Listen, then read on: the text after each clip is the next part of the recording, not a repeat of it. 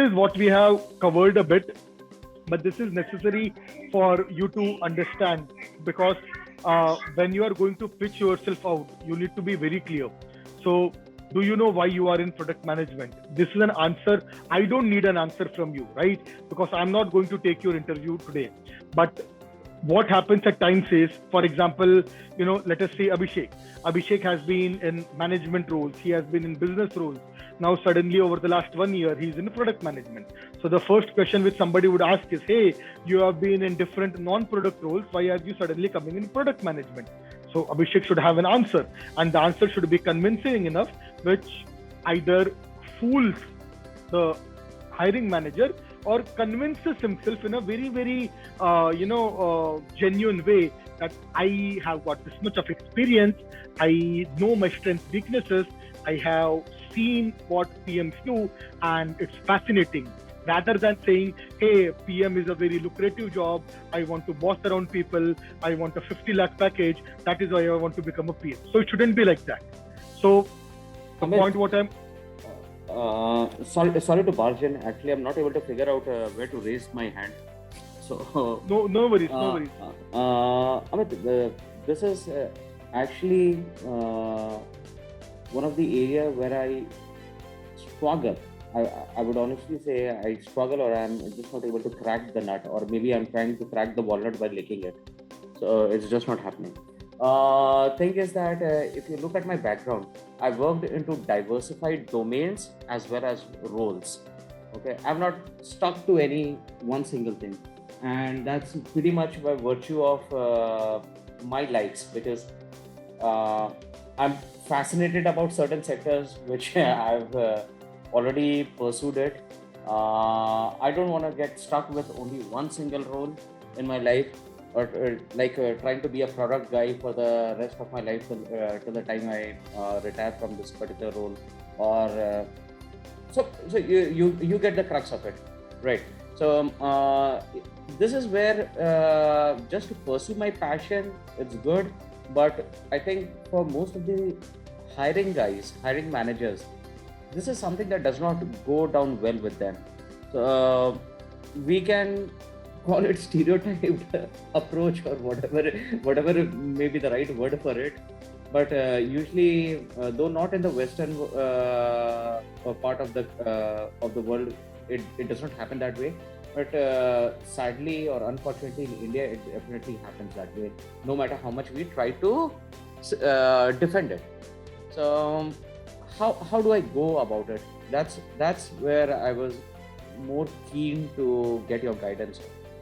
Sure. So there are more than couple of things what you have mentioned here, right?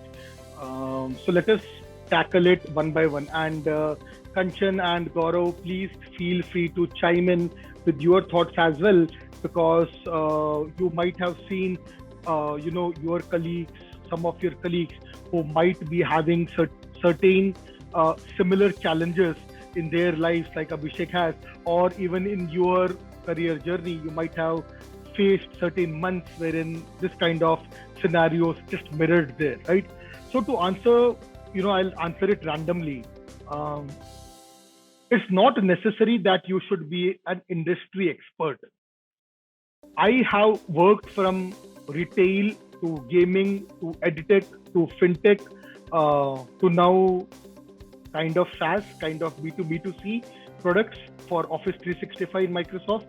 There is no common pattern in terms of industry other than being user first, be able to drive business, be able to get things done, and think user, right? So this is the common thread.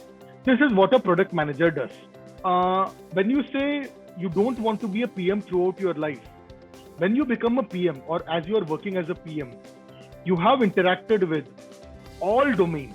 You work with accounts in case you are making a software for internal use, or you raise invoices for somebody. You work with marketing because your product needs to be branded and packaged. You work very closely with the engineering team.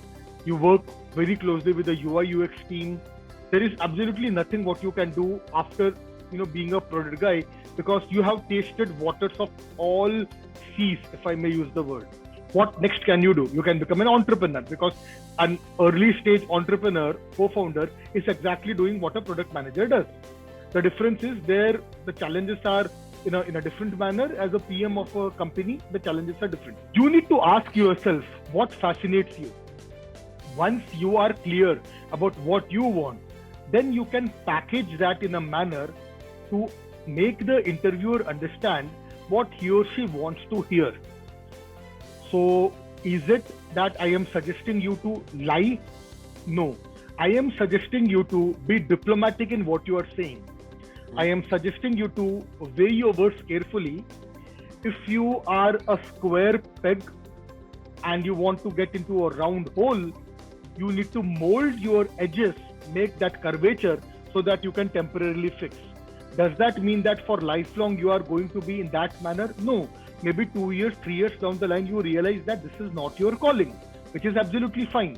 So you don't need to answer this question to myself. You need to answer this question to yourself. You have been in non-product domains. So is product management is what you want to do? If yes, why? Are you fascinated about problem solving? Are you fascinated about building? Are you fascinated about driving business? Once you know that, hey, a core PM does these 10 things, I am fascinated about 4 things, but I don't want to do those 6 things. And that recruiter wants me to do this 4 plus 4 more from the 6 which I don't want to do.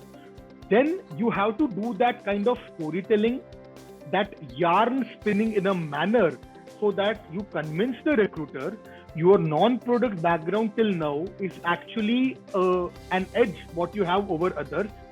You have understood that product management is something which is the common domain or common thread across everything. You have touched base with all the other aspects. And in this PM role, you understand what exactly a PM needs to do. You can empathize with the stakeholders because you were once upon a time on the other side of the fence. And that is why I am fit for this role. And then you go ahead and extrapolate the requirements in the JD to what you have already done or what you are passionate about. So the TLDR is, you don't need to convince me or anybody else. You need to convince yourself and tell yourself, why do you want to become a PM, or why do you want to continue this journey, or why you don't want to become a product manager, even if you are already one right now, correct? Now, assuming that, yes, you understood that, hey, I have been in product management since some time, I love it, but I'm not able to convince the other person. Then the point comes wherein you see how good is your storytelling, how good you are able to diplomatically make the other person understand, sell your skills, make yourself as valuable for that particular role, that particular hiring manager. And you say that, hey, I may not have 5 years of product experience, I may not be an IIMA guy, but I have these skills which map completely with your requirements. And you have to storytell, you have to use the diplomacy thing to strike home.